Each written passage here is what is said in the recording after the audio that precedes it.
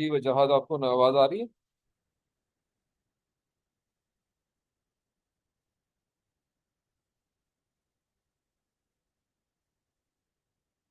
वजहाद,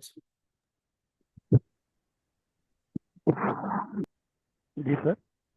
आपको आवाज आ रही है? जी जी आ रही है सर। ओके, कोई सवाल आपका? जी sir, it's okay. Sir sir I have a question. ये जो सर आपने रिजेक्शन रेट ऑफ कॉन्फ्रेंस का अगर आप बताएं जरा। सॉरी, आप कौन बोल रहे हैं? दोबारा रिपीट कीजिएगा। जी नाम सर, क्या मैं आपका? अहमद बात कर रहा हूँ सर, अहमद खान। जी जी अहमद, बताओ क्या क्वेश्चन है। सर मैंने कहा ये जो कॉन्फ्रेंस है इसका जो रिजेक्शन परसेंटेज है कितना है, मतलब जो रिजेक्ट होता है। अच्छा, मैं रिपीट करता हूँ। मैंने ये कहा कि हर कॉन्फ्रेंस का एक रिजेक्शन रेट या एक एक्सेप्टेंस रेट हो सकता है। अच्छी कॉन्फ्रेंस वो होती है जिसका एक्सेप्टेंस रेट कम हो या रिजेक्शन रेट ज्यादा हो। और उसका मतलब ये होता है एक्सेप्टेंस रेट का या रिजेक्शन रेट का, कि अगर से 100 पेपर वहां पे एक्सेप्ट होने के काबिल हैं, आई एम रिपीट, एक्सेप्ट होने के काबिल हैं, तो उन 100 में से आप 25 पेपर एक्सेप्ट कर लेते हैं, तो इट मीन्स आपने क्वालिटी का जो मयार है वो ऊपर कर दिया है। एक है ना कि 100 पेपर सबमिट हुए और 75 रिजेक्टेबल हैं, 25 एक्सेप्ट हुए हैं। एक है कि 100 एक्सेप्टेबल हैं और उनमें से भी फर्दर 25 को एक्सेप्ट किया जाए, बाकी 75 जो कि एक्सेप्टेबल थे, थ्रेशोल्ड से ऊपर थे, बट स्टिल उतने स्ट्रांग नहीं थे जितने पहले 25 थे। तो इसको हम नाम देंगे एक्सेप्टेंस रेट या रिजेक्शन रेट। सो ज्यादा एक्सेप्टेंस रेट हो, यानी ऐसी कॉन्फ्रेंसेस भी होती हैं जो 100% एक्सेप्टेंस रेट पे चल रही होती हैं, आपने पेपर भेजा, सारे के सारे एक्सेप्ट हो जाएंगे, तो वो कॉन्फ्रेंसेस अच्छी क्वालिटी की नहीं होती। अगर एक्सेप्टेंस रेट कम है तो it means the authorities of that conference are ensuring some quality standards, so the conference is good. So quality standards पे अगर हम बात कर रहे थे, कॉन्फ्रेंस की बात कर रहे हैं, कॉन्फ्रेंस के मकसद को हमने क्लियर कर लिया, कॉन्फ्रेंसेस के बाकी कुछ डोमेन्स देख लिए। और मैंने अब उसमें जो क्वालिटी के परस्पेक्टिव से हमने देखना है वो ये है कि कॉन्फ्रेंस जो है रिपीटेटिव हो रही हो, कॉन्फ्रेंस के अंदर कोई बैनर्स हो इम्पोर्टेंट, कॉन्फ्रेंस जो है उसका कोई अच्छा एक्सेप्टेंस रेट, एक रीजनेबल एक्सेप्टेंस रेट हो, यानी एक्सेप्टेंस रेट लो हो। तो ऐसी कॉन्फ्रेंसेस के रिसर्च पेपर जो है उनकी क्वालिटी ज़्यादा अच्छी होती है बनस्पत जिनमें ये चीज़ें ना हो। ठीक है, this is as far as the conference papers are concern. तो अगर मैं ये CFP भी आपने देख ली है, और से अगर मैं दोबारा चला जाऊं इसके पेज के ऊपर और आपको पेज दोबारा लिंक कर लूँ, और that let me ask you कि अगर कोई क्वेश्चन आपका इसके अंदर से है तो मैं वो आपको उसके सवाल के जवाब दे दूँ। एक minute, give me a minute.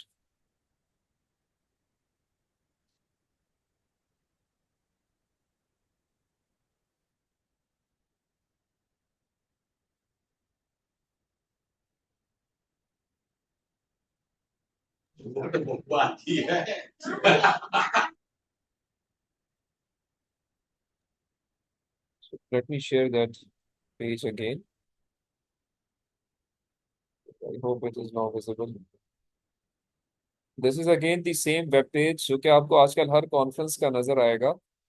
और अब इसमें अगर आप देखते हैं तो मुख्तलिफ टेक्निकल सिंपोजियम्स और उनकी डिटेल्स और भी कुछ गिवन है। कोई सवाल आपको इस वेब पेज के परस्पेक्टिव से है तो आप मुझसे अभी पूछ सकते हैं, या कोई और anything which you think is still not been explained well from a technical conference perspective. जी, एनी सर वन, मेरा एनी एक इसमें एक क्वेश्चन। सवाल है क्वेश्चन है कि कि सर कॉन्फ्रेंस पेपर के, जब कॉन्फ्रेंस के अंदर आप कोई कॉन्फ्रेंस पेपर सबमिट के लिए करने के लिए जाते हैं, तो आया कि वो ऑलरेडी रिसर्च पेपर आपका पब्लिश हुआ हो, और उसके बाद जब वो एक्सेप्टर होते हैं, वो यानी वो किस बेस पे एवेलुएट कर रहे होते हैं, और उसके बाद एक दफ़ा उन्होंने कॉन्फ्रेंस में एक्सेप्ट कर लिया, उसके बाद फर्दर एवेलुएट करके तो कॉन्फ्रेंस रेट एक्सेप्टेंस रेट जो आप बता रहे हैं, तो यानी एक दफ़ा एक्सेप्टेंस, इनिशियल एक्सेप्टेंस होगी, फिर उसके बाद फाइनल एक्सेप्टेंस होगी। वजाहत का सवाल है ये। अ, जी सर। जी सर। अच्छा वजाहत, गुड क्वेश्चन। देखिए, आपका क्वेश्चन ये है कि जब रिसर्च पेपर सबमिट हुआ तो रिसर्च पेपर सबमिट होने के बाद आपकी एक्सेप्टेंस कैसे होगी। अच्छा देखिए, होता ये है, मैंने आपसे कहा था, मैं रिपीट करता हूँ कि आप अपना पेपर जो है ट्रैक में सबमिट करते हैं और ऑनलाइन सबमिट करते हैं। ये पेपर आपके एरिया एडिटर के पास चला जाता है। एरिया एडिटर जो है वो 5 रिव्यूअर्स को इनवाइट करता है from the list of reviewers जो कि उस एरिया के एक्सपर्ट होते हैं, और उनको एक टेम्पलेट देता है कि जी इस पेपर को आपने इस पैटर्न पे जज करना है। Every conference has got its own personal template, and if inshallah you will become experienced in your domain, तो आपको भी ये पेपर रिव्यू होने के लिए आएंगे। आपको वो टेम्पलेट भी मिलेगा, उसमें मुख्तलिफ चीज़ें मेंशन्ड होंगी कि इसमें आपने इसको कैसे जज करना है, इसके टेक्निकल कंटेंट पे कैसे कमेंट देने हैं या ग्रेड करना है, और इसके स्ट्रक्चर को कैसे जज करना है, इसके रिजल्ट्स को कैसे जज करना है। अकॉर्डिंगली उसकी बेस के ऊपर इस पेपर की कैटेगरी की जाएगी कि क्या ये एक्सेप्टेबल है, या ये विद या ये वीक एक्सेप्टेबल है, या ये स्ट्रॉन्ग एक्सेप्टेबल है, क्या ये वीक रिजेक्टेड है, क्या ये स्ट्रॉन्ग रिजेक्टेड है। तो आप देखें इसकी बेस के ऊपर वो जो कैटेगरीज हमने कहा था ना कि एक्सेप्टेंस रेशो डिफाइन की जा सकती है, कि now the conference will decide कि अगर ये स्ट्रॉन्ग एक्सेप्ट है तो हो सकता है वो उस साल डिसाइड करे कि मैं सारे स्ट्रॉन्ग एक्सेप्ट को एक्सेप्ट करूंगा और नीचे वाली कैटेगरी जो मैंने बनाई हुई है उनको मैं नहीं करूंगा, तो उसका एक्सेप्टेंस रेट जो है वो कम हो जाएगा। द कॉन्फ्रेंस में डिसाइड नहीं ओके जी I can even go for weak reject as well, कि उनको भी एक्सेप्ट की रेशो में मैं डाल दूं। तो अब ये रेशो प्लस माइनस हो सकती है based on that. I hope your question is this of similar type जो आप पूछना चाह रहे थे। जी सर, ठीक। ठीक है। तो इस तरीके से एक्सेप्टेंस रेशो या रिजेक्शन रेशो ऊपर नीचे हो सकती है based on the 4 grey scales. जिसमें मैंने कहा ना, पेपर जब ग्रेड होगा तो हर रिव्यूअर उसको ग्रेड करेगा 4 शेड्स के अंदर, कि ये स्ट्रॉन्ग एक्सेप्ट है, ये वीक एक्सेप्ट है, ये वीक रिजेक्ट है, ये स्ट्रॉन्ग रिजेक्ट है। तो स्ट्रॉन्ग रिजेक्ट तो इन एनी केस कैटेगरी से आउट हो गए, बट नाउ बाकी 3 शेड जो हैं उनको आप तीनों को एक्सेप्टेंस में लेके जा सकते हैं या एक को लेके जा सकते हैं बेस्ड ऑन दैट। अब अगर तीनों के तीनों को ले गए तो it means it's a weak conference. अगर आप सिर्फ टॉप वाले को लेके गए it means it's a strong conference, कि वो कॉम्प्रोमाइज, यानी वो तीनों एक्सेप्टेबल ही थे एक तरह से। अगर आप ब्रॉडली देखें, weak reject is also acceptable कि उसने कुछ ना कुछ टेक्निकल कंटेंट अचीव किया हुआ है। तो accordingly this ratio can very. और कोई सवाल, कोई से और भी कोई कोई क्वेश्चन करना चाह रहा था बीच में? अ, जी सर, इसमें मेरा क्वेश्चन है कि ये जो हमने जो टॉपिक्स जो हमें लिस्ट किए होते हैं अपने वेबसाइट पे, तो क्या ये सर ये इंडस्ट्री ट्रेंड से के मुताबिक इंडिकेटर्स होते हैं या ये जनरलाइज्ड होते हैं? इस बारे में सर काइंडली गाइड कीजिए। अच्छा देखें, इसमें ये है कि इंडस्ट्री तो हमेशा उस पर काम कर रही होती है जो कि एग्जिस्टिंग ट्रेंड ज्यादा होते हैं, फ्यूचरिस्टिक ट्रेंड पे इंडस्ट्रीज मोस्टली कम होती हैं। तो ये इसमें कुछ चीजें जो हैं वो एकेडमिक पर्सपेक्टिव से भी होती हैं, जो वो देख रहे होते हैं कि अगले 30 साल 35 साल में चीजें जो है ना वो मार्केट में आने वाली हैं, तो वो अलाइन कर रहे होते हैं स्टूडेंट्स को भी और इंडस्ट्रियलिस्ट को भी, क्योंकि देखिए गैदरिंग ऑफ इंडिविजुअल्स है ना, तो इसमें बहुत सारे दिमाग हैं। तो वो दिमागों ने जब इसको डिसाइड किया है तो उन्होंने ये सारे पहलू देखे हैं कि क्या ये एग्जिस्टिंग ट्रेंड्स पे हमें जाना चाहिए, नहीं हमें एग्जिस्टिंग प्लस अगले 30 साल के ट्रेंड्स पे जाना चाहिए। तो आप देखो ये ऑटोमेटिकली एक कॉम्बिनेशन बनता है। और आपका जो क्वेश्चन है उसका आंसर उसमें आपको समझ आ जाएगा कि वाकई ऐसे ही होगा। लाइक मैं यहाँ पे आपको जब उसके पैटर्न्स और एग्जिबिटर्स दिखाता हूँ ना इसी के ऊपर, अगर आपको विजिबल है हवावे है तो सर टॉप पे। आपको एक लिस्ट नजर आएगी। ये विजिबिलिटी हो रही है आपको पैटर्न्स की, जो इस यस सर। कॉन्फ्रेंस को सपोर्ट कर रहे हैं? Sir top Abid? पे हवावे है ना, कम्युनिकेशन के रिलेटेड है इसलिए।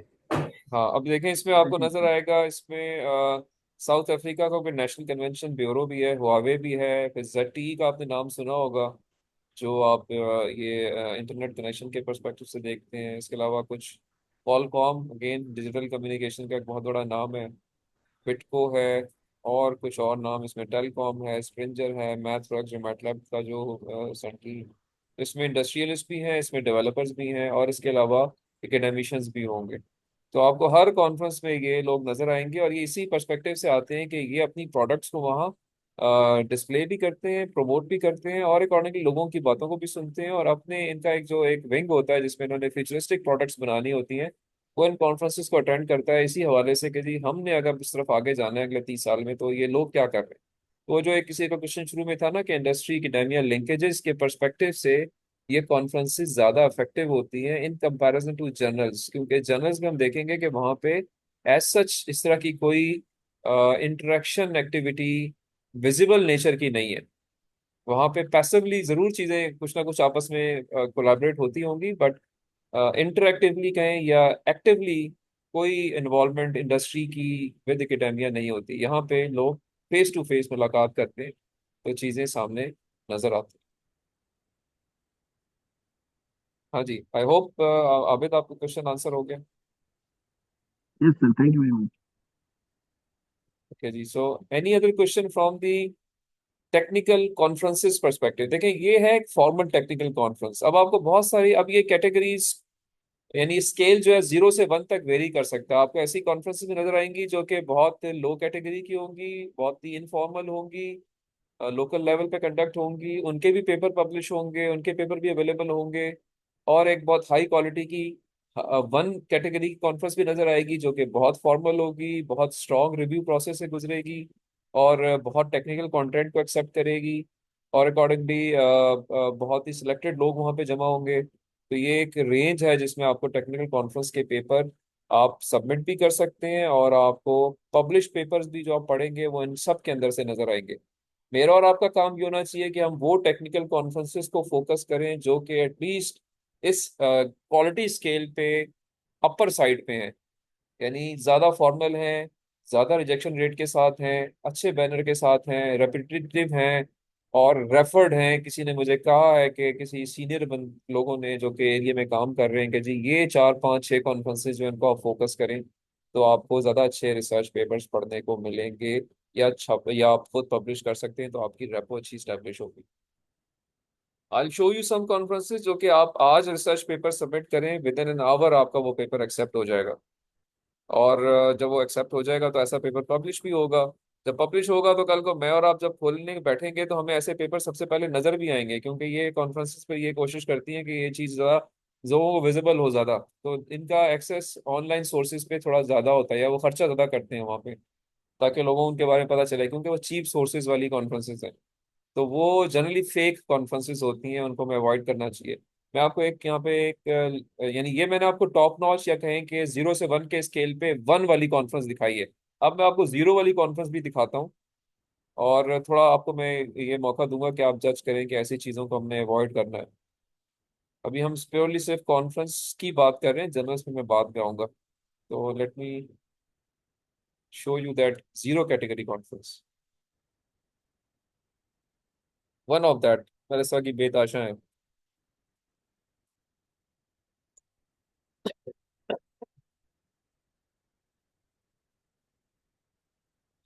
तो आपको मेरी आवाज़ आ रही है जी? खुरम कोई सवाल पूछना चाह रहे हैं? जी सर, मैं ये पूछना चाह रहा था कि जो हमारी कुछ यूनिवर्सिटीज़ इंटरनेशनल कॉन्फ्रेंस के नाम पे कराती हैं, या जैसे कि आईबी कास्ट वगैरह, जी जी। तो क्या ये वर्थ इट होती हैं? आपने आईबी कास्ट का नाम लिया। IB cast is a good conference, क्योंकि आईबी कास्ट भी कुछ बैनर्स लेती है, रेपिटेटिव है, इनका रिजेक्शन रेट है, और इनका जो प्रोसेस ऑफ रिव्यू है वो स्ट्रांग है। तो और कुछ यूनिवर्सिटीज भी कराती हैं। अगेन मैं कहूँगा जजमेंट आपकी है, डिसीजन आपका है। आपने ये सारी चीज़ें जो मैंने आपको बताई हैं ये देखनी है, सोचनी है, और फिर अकॉर्डिंगली आपने ये डिसीजन देना है कि ये अच्छी कॉन्फ्रेंस है कि नहीं है। आपने जो आईबी कास्ट का नाम दिया, मेरे कमेंट इस पे ये है कि IB cast is a good conference.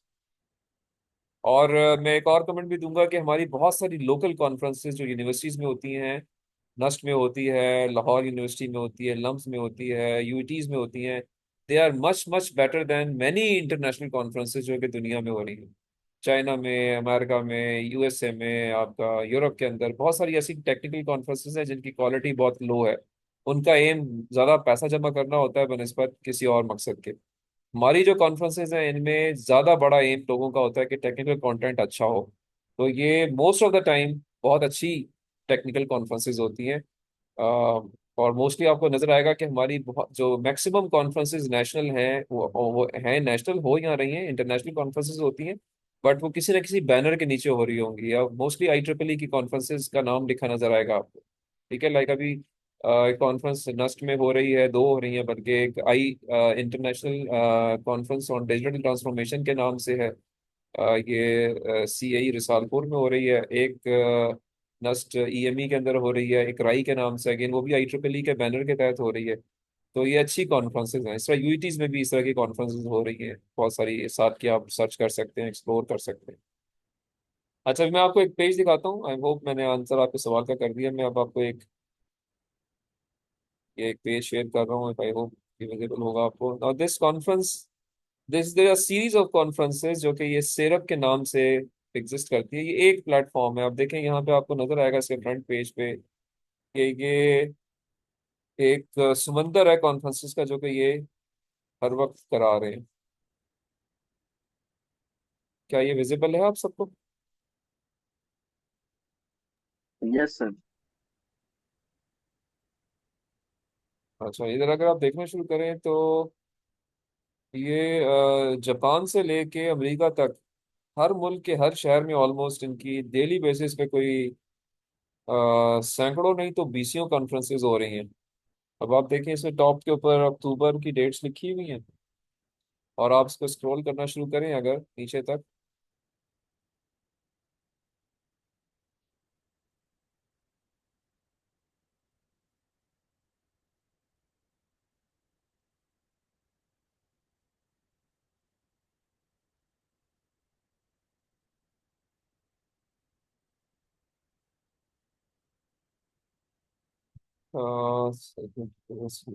शुरू शायद हो रहा है। इसको मैं क्लोज करके दोबारा शेयर करता हूँ।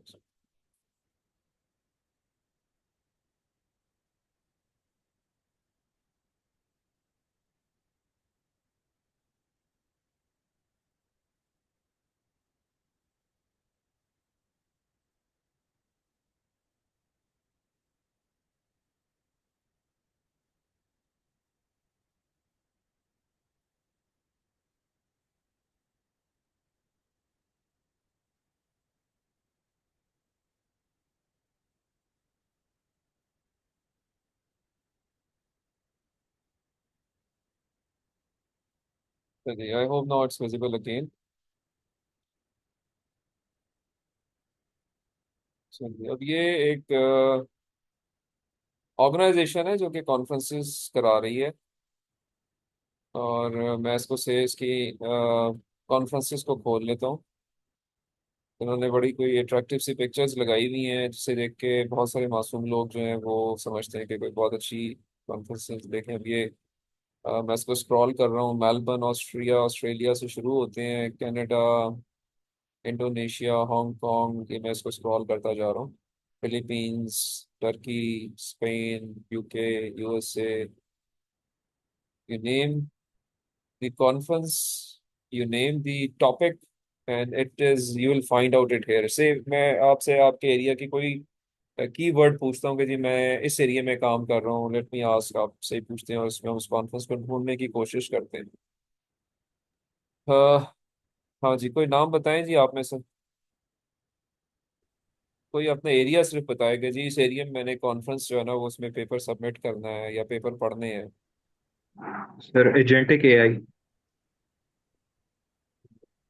चलो search.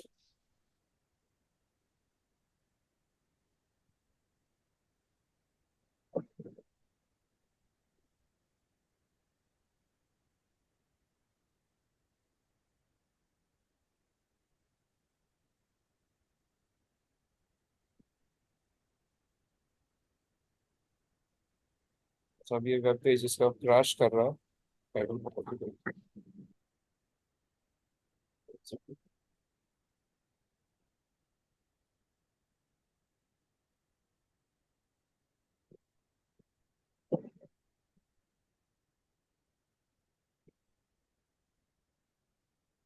You have internet and laptops available in front of you?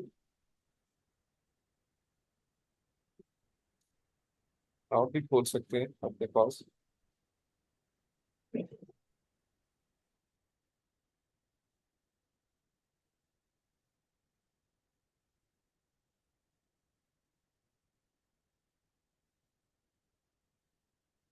आपको अवेलेबल हो रहा होगा। So,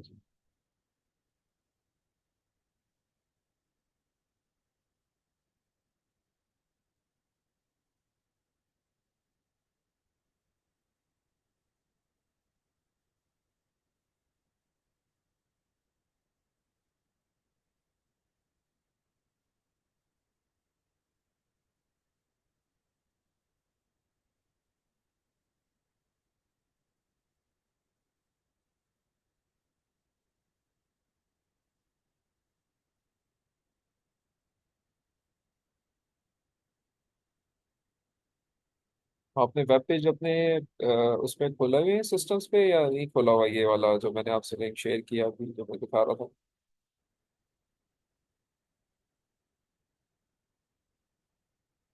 Because with me it's crashing again and again. I don't know what is the reason. Yes तो सर, ओपन स्मार्ट किए। तो smart असल में जो सर्वर्स है ना वो जज भी करते हैं कि जो बंदा है वो उनके बारे में बात कर रहा है तो गलत बात तो नहीं कर रहा कोई। तो may be that could be a reason कि it is crushing with me again and again. But I think आप लोग खोलें और उसको जरा स्क्रॉल करें और अपने एरियाज की कोई कॉन्फ्रेंस खोल लें, जरा क्लिक करें उसके ऊपर तो आपको उसकी कुछ डिटेल्स नजर आएंगी। क्या सारे मेरे साथ हैं? आवाज आ रही है मेरी? जी सर, आवाज आ रही तो हैव यू ओपन समथिंग? है। नहीं सर, सॉरी, मेरे पास असल में बैंडविड्थ इतनी नहीं है, ये हार्डली वीडियो को ही सपोर्ट कर रहा है। अच्छा, चले जो बाकी लोग हैं प्लीज ट्राई टू ओपन। मैं इसमें से आई am trying but it's crushing with मी। इसको लिंक नहीं कर रहा। यस सर, ओपन किया एक। अच्छा चलें, इसको अगर आप खोलते हैं तो आपको नजर आएगा कि similar type of content visible होगा आपको। हर कॉन्फ्रेंस जो दो एक खोलेंगे ना आप तो आपको एक एक उसमें ना नजर आएगा कि एक ही तरह की चीजें, एक ही तरह की तस्वीरें हैं और कुछ डेट्स हैं और ऑलमोस्ट हर डेट पे तीन तीन चार चार कॉन्फ्रेंस हो रही हैं दुनिया के मुख्तलिफ मुल्कों में। और फिर आपको ये एक जगह जाके कह रहा होगा जी कि आर कॉन्फ्रेंसेज आर वर्चुअल। आप बस पेपर भेजें और आप कोशिश भी कीजिएगा एक आध में पेपर सबमिट, कोई एक one pager two pager PDF बना के भेज दें आप। तो आपको कुछ देर में, एक दिन में जवाब आ जाएगा जी कि आपका पेपर एक्सेप्ट हो गया है, और आप इस तारीख को प्रेजेंट करें और इतने पैसे पे कर दें। ठीक है। और फिर उस दिन जब आप जाएंगे तो जूम का एक सेशन, जिस तरह मैंने खोला हुआ है इस तरह जूम का एक सेशन एक कोई खातून या आदमी खोल के बैठा होगा और वो आपसे कहेगा जी प्रेजेंटेशन शेयर करें, प्रेजेंट करें। आप बोलते रहेंगे बेवकूफ़ों की तरह। वो उसके बाद कहेगा अगला बंदा, अगला बंदा, और इस तरह से पाँच छः बंदों को भुगता के वो कहेगा जी कॉन्फ्रेंस हो गई, आप आपका पेपर पब्लिश हो जाएगा।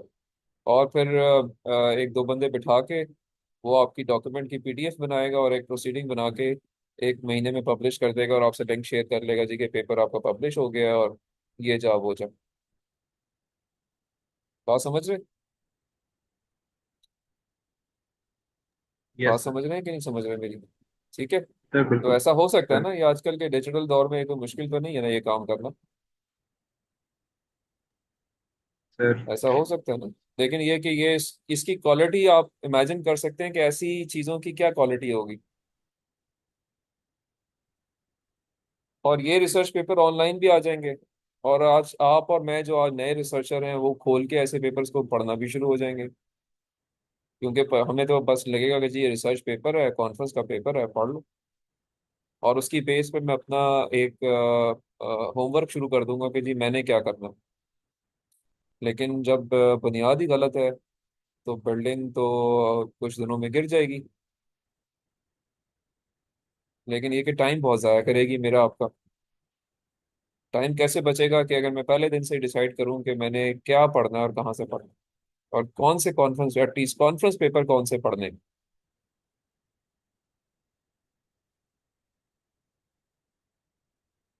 मेरी बातें समझ आई हैं या नहीं आई हैं? जी सर, बिल्कुल समझ आ रही है। आई है ना जी। तो सर ज़रा इस पेज को आपने एक्सप्लोर करना है। मैं इसका जो एक लिंक है वो आपसे आपको मैं मैसेज भी कर देता हूँ। अगर अभी आपके पास टाइम नहीं भी है तो लेटर ऑन किसी टाइम पे इसको आप एक्सप्लोर ज़रूर कीजिए, ताकि थोड़ा सा आपको आइडिया हो कि क्या क्या किस किस तरह के I won't use the love word wolves. Wolves are much better animal, but generally हम इनको रिप्रेजेंट करते हैं इस तरह की चीज़ों के साथ, या जनरली तो उन जानवरों को ही बदनाम कर रहे होते हैं। दे आर वर्स देन दोस। तो ये इस तरह के बहुत सारे सेटअप्स हैं दुनिया में ऑपरेट कर रहे हैं जो कि जिनका काम सिर्फ लोगों को बेवकूफ़ बनाना है और पैसे जमा करना है और उसके बाद गायब हो जाना है। तो हमने कॉशियस रहना है, खुद भी रहना है, लोगों को भी रखना है। पढ़ना भी अच्छी जगह से है और छापना भी अच्छी जगह के ऊपर है।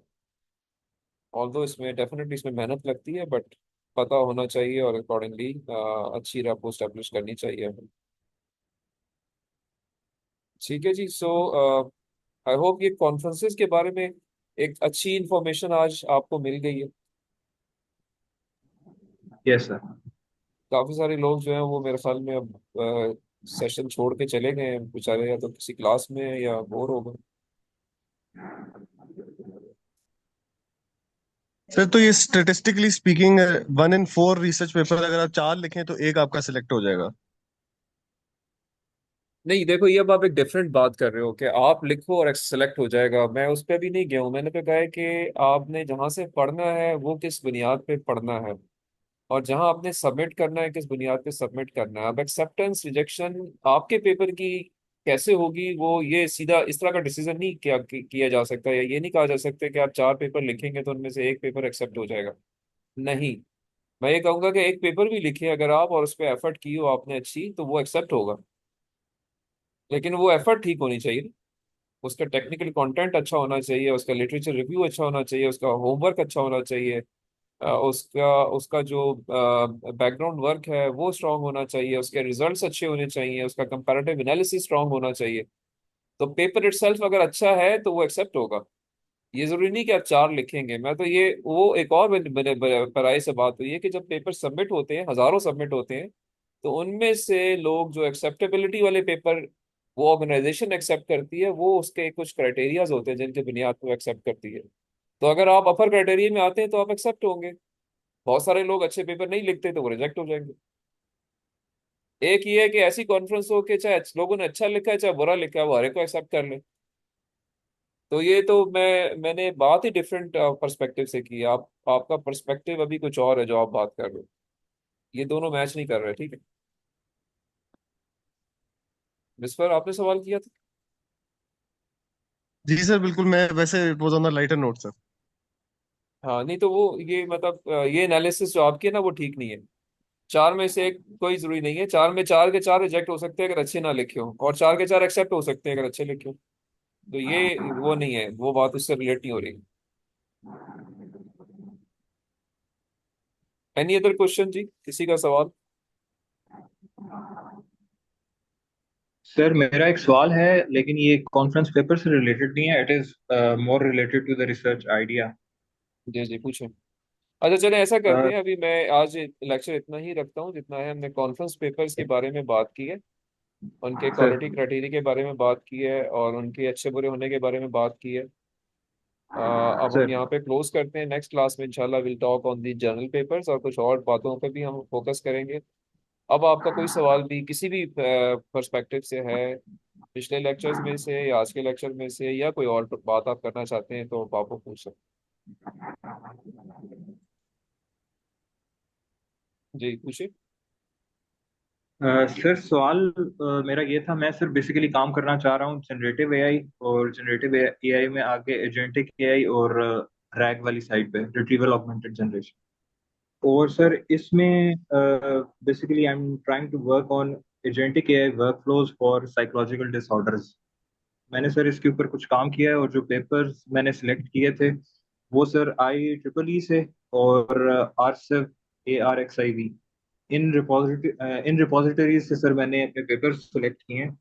और जो सर सिलेक्शन क्राइटेरिया था उनमें मैंने सिर्फ वो वाले पेपर्स रखे थे जिसमें कोई ना कोई आर्किटेक्चर या एक वर्कफ्लो डिफाइन हुआ हुआ है डिफरेंट एजेंट्स को इस्तेमाल करते हुए किसी भी साइकोलॉजिकल डिसऑर्डर को ट्रीट करने का। तो सर ठीक है। मेरा मेरा इसमें सर सवाल ये है कि फॉर एग्जांपल मैंने एक अपना वर्कफ्लो डिफाइन किया है जिसमें डिफरेंट एजेंट्स हैं और वो डिफरेंट डिफरेंट काम कर रहे हैं। अब सर इसमें द पॉइंट इज कि फॉर एग्जांपल मैंने अपना एक एजेंट है, वो किसी एक स्पेसिफिक डिजाइन पैटर्न के ऊपर डिजाइन किया है। अब वो जो डिजाइन फॉर एग्जांपल मैं अपना जो एजेंटिक वर्कफ्लो है वो डिजाइन कर रहा हूँ एंजाइटी रिलेटेड डिसऑर्डर्स पे, और उसमें जो एक कंपोनेंट है वो लेट से डायनामिक अडेप्टिव एजेंट है। वो एंजाइटी रिलेटेड डिसऑर्डर्स पे जो पहले एजेंटिक वर्कफ्लोज बने हुए हैं उनमें नहीं है, लेकिन लेट से वो डिप्रेशन रिलेटेड जो एजेंटिक वर्कफ्लोज हैं उनके अंदर है। तो इस यानी अब मैंने वो डिप्रेशन से वो कंपोनेंट उठा के अगर मैं एंजाइटी रिलेटेड वाला जो मेरा वर्क फ्लो है उसके अंदर डालता हूँ, तो क्या ये चीज नोवेलिटी की तरफ जाती है, या ये इस चीज को सर हम किस तरह से इंटरपोलेट करेंगे? अगर वन लाइनर मुझसे आप कुछ जवाब लेंगे तो ये आपकी इसको हम नाम देते हैं ओरिजिनलिटी की। This is originality of your work. You can always bring one domain या one component from some other place to another domain and can sir. Confirm दी। अभी तो ये आपका आइडिया है ना कि मैं ले आऊं और उससे कोई फायदा होगा। पता तो उस वक्त चलेगा सर। जब एक्चुअल आप उसको यूज करेंगे, और वाकई फायदा होगा कि नहीं होगा वो तो उस वक्त पता चलेगा। इसके लिए पहले आपको सर। एनालिसिस करनी पड़ेगी इन डेप्थ के, जी मुझे लाना भी चाहिए कि नहीं लाना चाहिए। अगर लोगों ने सर। यहाँ यूज नहीं किया तो कोई लॉजिक है, यूज नहीं किया, वहां यूज किया है तो कोई लॉजिक है कि यूज किया। अगर आप उसके सर। काउंटर लॉजिक जनरेट कर रहे हैं, it means you are bringing in novelty. Sir. ठीक है, तो आपके सवाल का जवाब ये। सर बिल्कुल ठीक होगा। ओके, एनी अदर क्वेश्चन जी?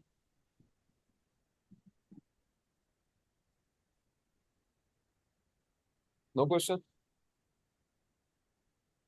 समझ आई है नो सर। चीजें जो आज बताई? सर बिल्कुल समझ आएंगे। चलें, so thank you very much for your time. Try to write a summary of today's lecture. I'll upload the video links as well. Please see it again अगर शायद कहीं आप सिस्टम के साथ इन नहीं रहे, मेरी आवाज़ नहीं आई, या मैं कहीं फास्ट था, चीज़ आप नोट नहीं कर पाए, तो लिंक्स अवेलेबल हैं। तो ज़रूर एक दफ़ा दोबारा देख लिया करें, इससे आपको यकीनन फ़ायदा होगा। हमेशा जब बंदा दोबारा देखता है रेपिटेशन में, तो बहुत सारी नई चीज़ें पता चलती हैं जो वो जनरल फ्लो के अंदर मिस कर जाता है। तो वो देखेंगे तो अच्छी बात होगी। तो वी क्लोज हियर, इंशाल्लाह see you in the next class. Next class task वही है। अब आप एक उस पे अपने पिछले काम पे एक आई वुड से कि एक रीरन कर सकते हैं, कि दोबारा देखें कि कॉन्फ्रेंस पेपर्स अगर आपने सेलेक्ट किए थे तो वो कैसे थे, किस नेचर के थे, अच्छे थे, बुरे थे, आज की बातों को सुनते हुए। और अगेन 5 पेपर्स मिनिमम आपने शॉर्टलिस्ट करने हैं, टाइटल को फाइनलाइज करना है। एक हफ्ता और आपके पास है, सुपरवाइजर से इन टच होना है, उनको भी आपने डिसाइड करना है, और 1 स्लाइड आपने बनानी है नेक्स्ट क्लास के लिए, जिसमें आई वुड बी इंटरेस्टेड कि आपका टाइटल क्या होगा, आपका सुपरवाइजर कौन होगा, और आपके रिसर्च पेपर्स कौन से। I hope this is clear. Sir.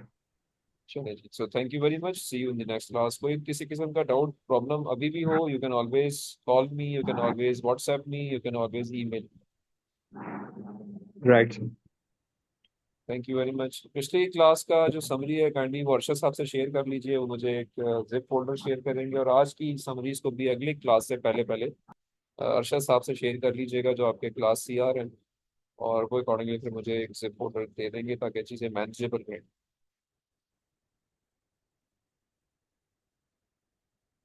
तो right. Thank you very much for your time today. Thank you sir.